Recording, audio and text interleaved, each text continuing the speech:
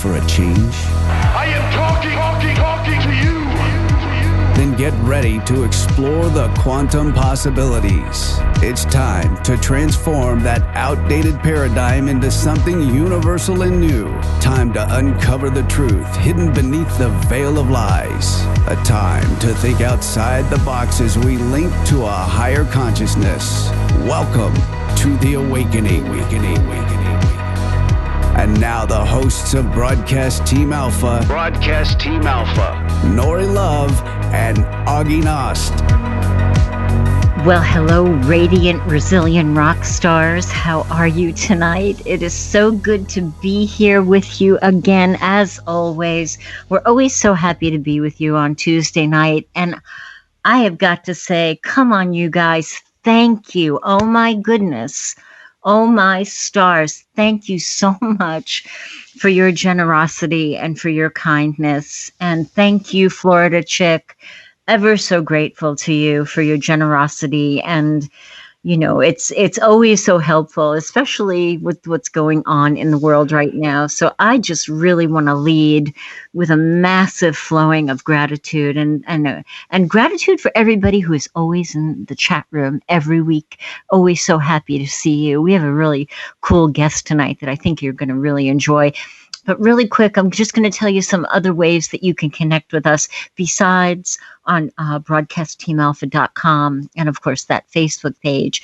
Every Sunday, Augie and I have the Mastermind Connection, and we mastermind. We have an ever-increasing number of phenomenal people with amazing brains and souls and insight that get together, and for benevolent reasons, we come together, we create intentions, and we launch our intentions out into the quantum field. And it's a lot of fun. You know, it's a lot of visualization and a lot of connecting in the higher realm. So if you think you might like to join us, just send us an email to the mastermindconnection@gmail.com. And of course, I've got my little thing going on, the Center for Radiant Wellbeing. It is an online center for well-being, and that's well-being, body, mind, spirit, and soul. But I don't want to take up any more time talking about how to reach us because I really want to talk about our guest. Augie, how are you doing? Well, I am wonderful, and I am here. I am ready. And I hope you guys can hear me okay, because we got some internet challenges in the neighborhood here. Cox Cable is not quite doing the job anymore. So, yeah. Anyway, I hope you can hear me. But we have a wonderful guest. And many of you that is interested in UFOs and ETs and other concepts outside of the box, you probably know him. It is Jeff Woolwine. And Jeff is a man on mission. He has been following the occurrences we call UFOs for almost 2 decades or so.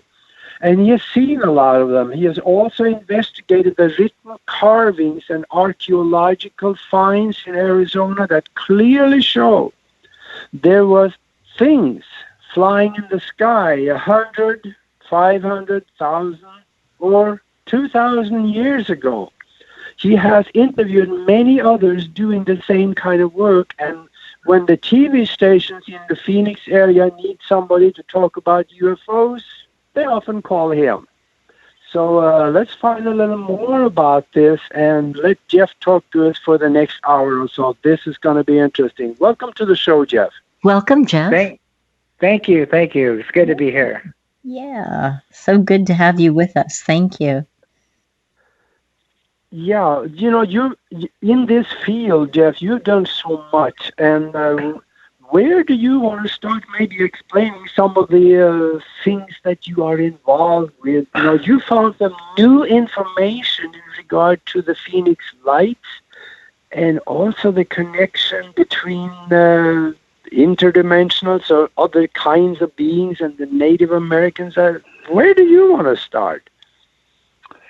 Well, you know, it's over 20 years of research that I've been doing, and actually, you know, when you really look at it, it's kind of like it's a lifelong journey. I was born and raised in Phoenix, Arizona. And I can remember, even as a kid, looking up and seeing, strange objects in the sky. And, and then, like, I remember when I was in the 5th grade, and we saw this light in the sky, a Phoenix light, they're now called. And, I went to school, and I was talking to one of my friends who happened to be a Native American boy, and I was like, man, did you see that light last night in the sky over here? And he goes, oh, yeah, my grandfather says that they live in the mountains over there. And he points to the west side of Phoenix, Arizona, to the mountains known as White Tank Mountains.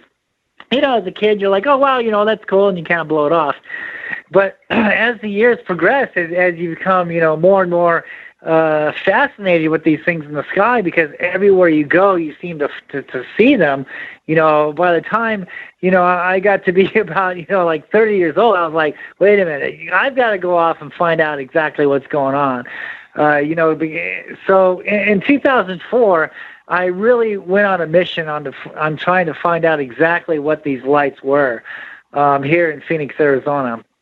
And so in 2004, in the summer of 2004, I saw a newscast, and the news cut some string of lights over there on the west side of Phoenix, Arizona, on the west side of a mountain called South Mountain. And we'll get into a little bit more about this mountain here in a minute. But the lights were over there on the west side of Phoenix, Arizona, on the west side of South Mountain. Now, this is the exact same spot on where the 1997 original Phoenix lights happened at.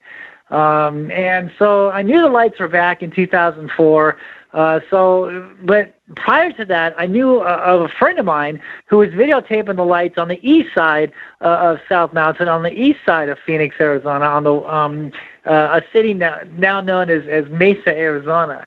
So I decided to head out towards Mesa, and so I moved out there to Mesa in the beginning, the beginning of 2004. And every night I used to go out there and I'd wait for these lights. I knew exactly what direction to look for. I knew about what time to look for them, from other people, seeing them in the skies, documenting this occurrence. And it didn't take me long. It only took me about maybe a week or so, and boom, these orange amber lights kind of appeared like in front of me a few miles away. And they were moving. They were moving towards South Mountain. They were moving west towards the mountain. I'm on the east side, and they're moving west. And so I finally got these things on camera. And the next night, I didn't see anything. And prior to that, I had to get closer. So I ended up finding a college, Mesa Community College, and they had a set of bleachers. And I climbed up on these bleachers, and lo and behold, I could see the whole Phoenix, Arizona, the whole skyline of Phoenix, Arizona. And I was a lot closer to South Mountain. I was only about maybe 2 miles away from South Mountain at the time. And lo and behold, every night these Phoenix lights was appearing on the east side of Phoenix, Arizona, in the same spot almost every night. In 2004, and I was getting like huge V-shaped formations, and I'm getting like lightning bolt formations. I mean, it was getting crazy out there. And so about a month by, and I'm still filming these things, and I call up the news media, and I'm like, hey, is anybody seeing these things? Because I have gobfuls of film of these lights. They're happening out here east side of South Mountain. And so I think at that time I did about maybe 4 or 5 news interviews here in Phoenix, Arizona. And, the end result was we're all seeing flares. That seems to be the conspiracy out here in Phoenix is when you see a light in the sky, it must be flared from a flare drop 150 miles away in Tucson, Arizona. And that's just crazy. These lights are in the city. When you go and you look at the videos that I have on the internet and also on my website and my YouTube page, my YouTube page is called The Phoenix Lights-Petroglyphs in the Sky. You need to search that on YouTube. You can see all these lights there. And, that was the thing. Everyone's seeing flares. Well, see, prior to that, I'm studying on these things. I'm coming to find out that these things like mountains. These things pointed me towards the mountain. I followed these lights to the mountain. That whole summer, I watched these lights by the mountain, and now they're saying we're seeing flares. I'm like, no, let's move to the mountain and get a better aspect on what's really going on here. Let's see, exactly what's going on over here. So in the beginning of 2005, I moved about a mile away from South Mountain on the east side. And, I stayed there for about 3 years, and I had a perfect view, a second-story floor apartment overlooking the mountain, perfect view. And, it didn't take long, maybe a few weeks or so in the beginning in January. These objects would come down out of the sky. They would seem to land on the mountain out there. And then, about a half an hour later, some would leave the mountain out there. I mean, it was getting crazy. I was getting some great shots of these objects in the sky. And, investigating this, I went out there to find out, exactly where they went. I mean, I filmed it. I saw it. I go down there. And what do I see? I see petroglyph carvings. I see a boulder with rock art carvings of people, stick-figure people looking up at the things I saw in the sky. The exact same thing that I filmed a few days before. Now, let me go back a little bit further. Prior to this, I remember seeing a TV channel, Channel 8, and a Native American who worked at the Pueblo Indian Art Museum in downtown Phoenix. He was doing a tour on South Mountain, and he's talking about the petroglyphs. And one of the guys there says, hey, this stick figure man looks like he's looking up at something in the sky. And Dave Morris, he's the Native American tour guide. He's like a Native American shaman and a medicine man, I believe. And he turned around and said, yes, that is part of the interpretations out here, is that our ancestors saw and recorded things in the sky. Well, that just set off a light bulb in my head. I'm like, wait a minute. This is 2005, right?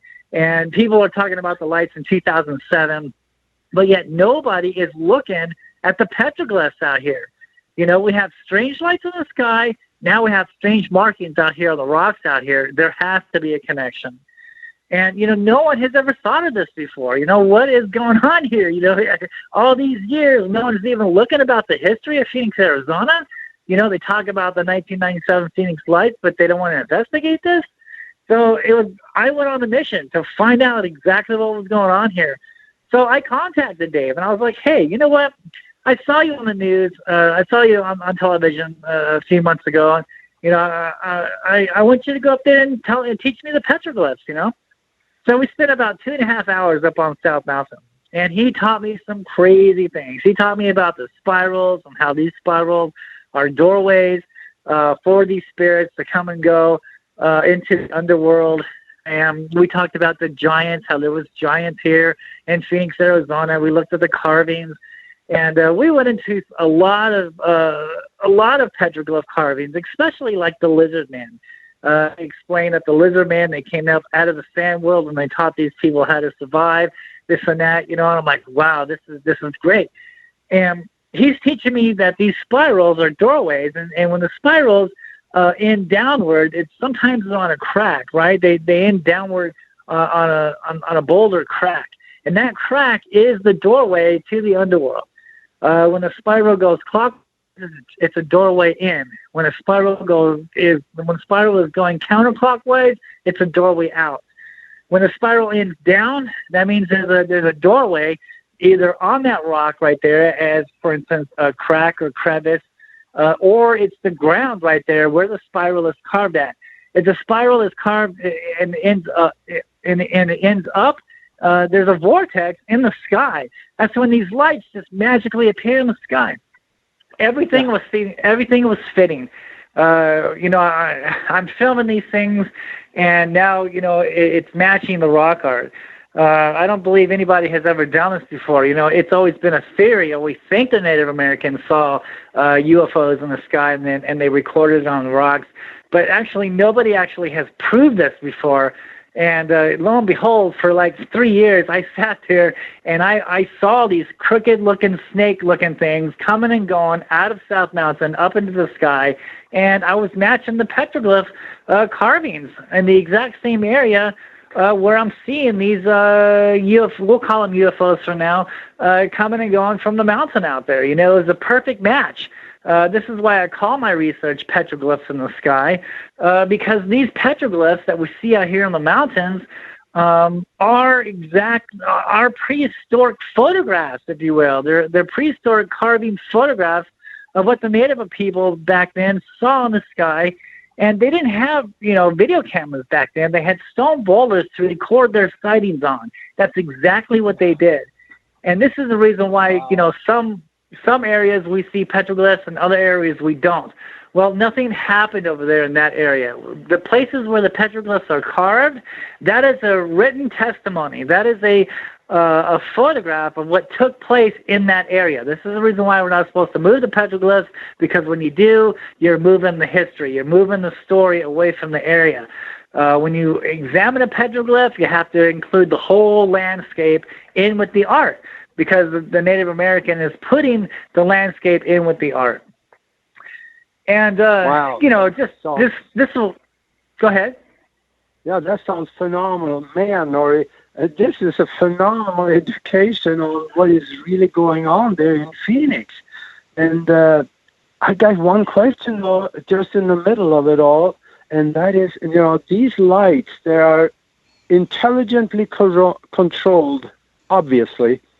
What do you think is inside of them? Are they extraterrestrial beings that have a home in the mountain, or are they inner earth beings that live there, or interdimensional, or what do you think from the information you have been able to glean from the Native Americans?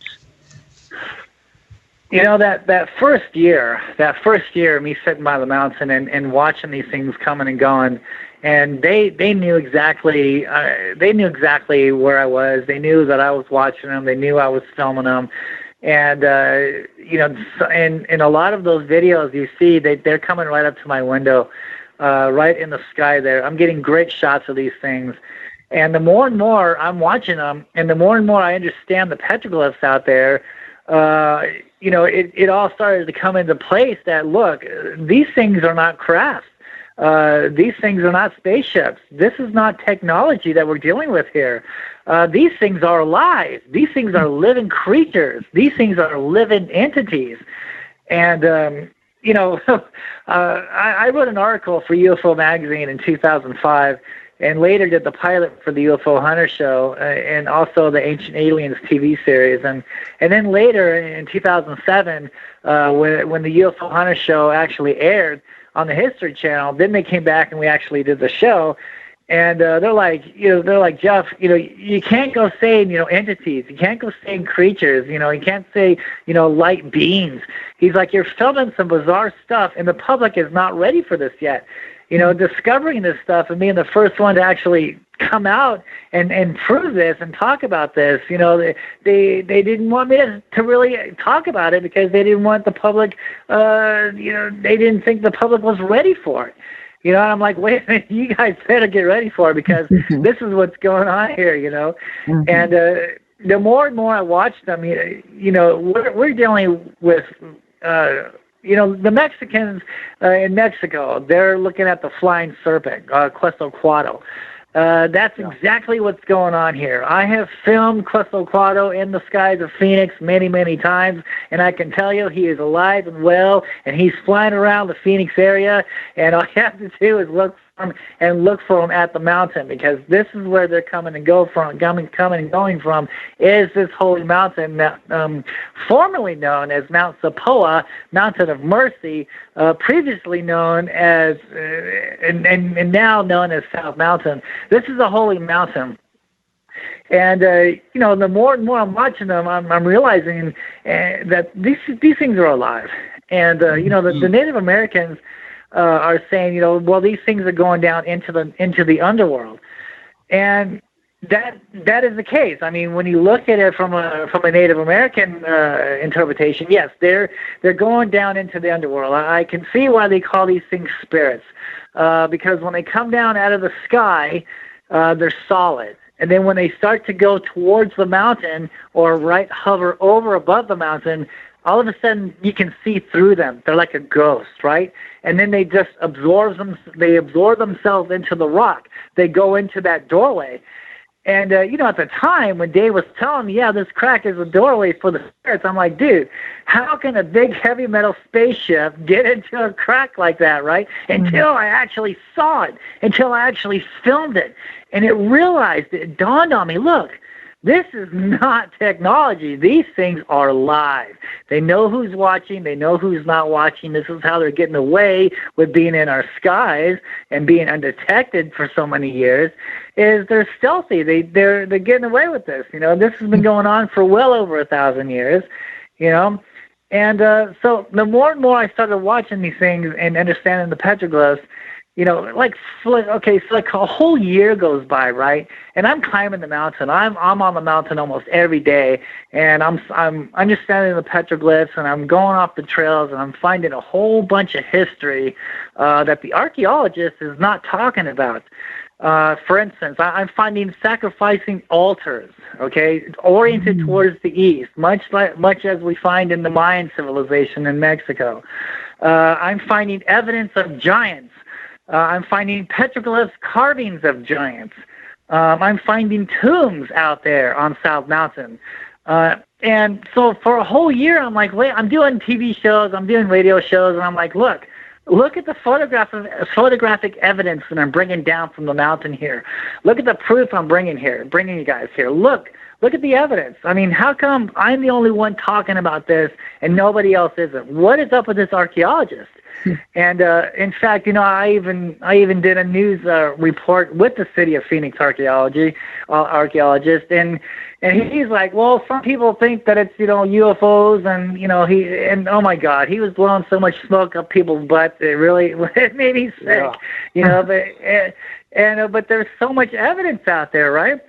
So from there, I started going into let's see if I can dig up any information at the Phoenix Downtown Library. So when I did, I went to the government floor. I went to the fourth floor Arizona room, and I asked them, I was like, give me all the information you have on South Mountain, and they came out with this huge folder. And lo and behold, I opened up the folder, and what hits me in the face? But the first park ranger of South Mountain of Phoenix, Arizona, his name is Charles Holbert. He was the first park ranger from the 1930s to the late 40s. And he learned about all this stuff that's on South Mountain from the Native Americans who lived there at the time. And they're telling him who the Hohokam Indians are, why there are tombs on the mountain. Wow. What the spirits of the earth and sky really are doing, aka Phoenix Lights, aka UFOs. Yeah, guys, I'm gonna cut in really quick because we've got 30 seconds to the break, and I want to continue this riveting conversation as soon as we get back. We'll be back shortly. Come explore the quantum possibilities. This is Broadcast Team Alpha. Broadcast Team Alpha. To be on the show live, call 702-425-9230. That's 702-425-9230. Worldwide callers use Skype name KCOR Radio. Share your thoughts of the show on Twitter at KCOR Radio, #KCOR. Or join the cutting edge conversation live in our chat room at www.kcorradio.com. Now back to Broadcast Team Alpha with your free thinking hosts, Nori Love and Augie Nas. Well, hey everybody, we are back. And one of my favorite times is shout outs. You guys are pretty frisky in the chat room tonight. Good to see that. We have the amazing, beautiful, rich and famous Tina Marie. Anne is here. Dana Shriver. Hi, Dana. Donald is here. Green Wings is here tonight. Happy Daffy JC. Hi, Joe Marco. Karen's here. Kay is here. Lisa's here. Malvarez17, my favorite number, is here. Margaret, hi, Margaret is here. Nikki's here. Naj is here. Parked Cake is here. If cake was parked in my house, it wouldn't be parked for long. It would just be gone. Just saying. Rob is here. Z is here. Zaya Rhea is here. I love that name, and I hope I'm saying it properly. And I think I said Z is here. So that is all I see in my little window. If I've missed you, please know that I'm sending love to you telepathically. And I want to hear about some of the things we were talking about during the break. So where are we going? Lizards, golden, where are we going? Yeah, I learned listening from Jeff here, Jeff Woolwine, you're talking to. For those of you that joined us late, he is a phenomenal researcher on the ancient history of the petroglyphs and the Native Americans and the extra or intra or whatever beings that live in the mountains of Arizona. And I learned a long time ago that when I am in the presence of excellence, I keep my mouth shut and listen, and I'm going to do more of that because this is a phenomenal education. Jeff, would you continue where you were before the break? Oh, yes, sir. So let's talk about history's past. Let's go into Phoenix, Arizona's history. And all of this was told by the first park ranger, Charles Holbrook, in the 1930s by the Native Americans who lived there on the land, and told him exactly the history of Phoenix. And here it goes. So we know the first people who lived here in Phoenix, Arizona, the Native Americans, they were called the Hohokam. The Hohokam name is actually a Pima Indian name, and the Pima actually considered the Hohokam part of their ancestors. Also, the tribe, the Tohono O'odham tribe, consider the Hohokams to be their ancestors too. So when the Hohokams first arrived here in this valley, roughly close to about anywhere from 1,200 to 1,700 years ago, it says that they didn't know how to live in this valley. Now back then, it wasn't all dried up. It wasn't a hot desert as it is now. There's evidence of like a tropical like landscape. There's waterfalls down the mountains here, and there was plenty of water here. And it wasn't a dried up desert. It was more like a tropical landscape. And so when the people first got here, they said that these things, that the lizard people came up out of the sand world, and these beings came down out from the clouds, and they taught these people how to live. And in return, they treated these beings as gods. And so the history tells us that this was a holy mountain, South Mountain, formerly known as Mount Sapoa. The Native Americans call this mountain Mount Sapoa. Definition: Mountain of Mercy. And because this is today is considered a holy mountain. This is where their I guess you would say gods could be seen at. And so there's evidence of tribesmen from all over the nations gathering here in this valley, basically to watch the Phoenix Lights. Not only to watch, but for worship and for sacrifice. Yes, there's altars out here, and the story says that they sacrificed their people that they went to war with, their prisoners and things like that, and they were said that they sacrificed their young and things like that. And so this went on for 1,000 years. And the story goes on to say that, it was like a handful of gold for a handful of corn. and they would take this gold and they would make, gold idols. The exact same story as we're finding in Mexico is the exact same story that's here in Phoenix. As a matter of fact, Phoenix, Arizona was a part of Mexico back in the day. And so it would make sense on how not only the holocoms were here, but also the Mayans. And some would even go to say that some people might even say that the Mayans were the holocom. Some even go to say that the holocoms are part of the Anunnaki, and we'll get into that here in a minute. And so this went on for 1,000 years. The blood of man would pour down the rocks, and it would please the gods. And in return, they taught these people the secret knowledge, the secret ways, of the universe, And from there, we have the stories that are carved on the rocks. Is talking about giants, and there's evidence of giants here in Phoenix, Arizona, from the big stacks of stone boulders, huge stone boulder walls, much like we find in Egypt. We find these huge walls that are cut and placed of these huge, massive stones. And that's exactly what we're finding out here on South Mountain. We're finding evidence of big boulders being picked up and placed, and most of the time, these boulders are in front of tombs. I'm finding buried tombs out here on South Mountain, and so this went on for 1,000 years until one day, for a reason unknown, the sacrificing had stopped. And when it did, that's when the gods got upset. And everything started to change in the land. It started to dry up.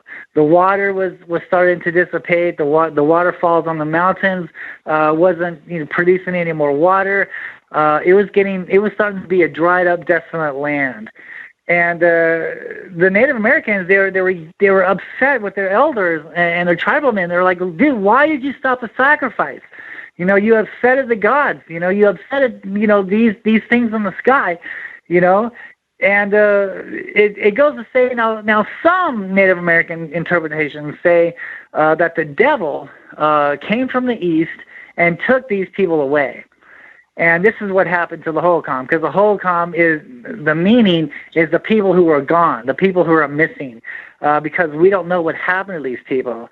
Here we have a race of civilization, of Native Americans, of Indians, who, like I said, ruled this land for 1,000 years. They mastered the canal systems. They were the best canal makers in the world at that time. Was right here in Phoenix, Arizona, and they ruled this place for 1,000 years. And then all of a sudden, one day they just disappeared. Now this coincides with all the other Native American or Native tribal men around the world who were there one day and gone the next. And it would seem like in history, when you actually look back at it all, it really looks like it all took place at the same time. Not only did the holocoms come up missing over here, but so did some of the Incas and some of the other tribal men around the world, on how they were there one day and then they simply vanished the next. And so the stories here in Arizona say that the devil came from the east and took these people away. Now, when you go out there and you look at the petroglyphs do describe this. It describes these orbs, these phoenix lights, these Quetzalcoatl, the flying serpents, these crazy worm-looking things in the sky, picking people up and taking them off into the sky.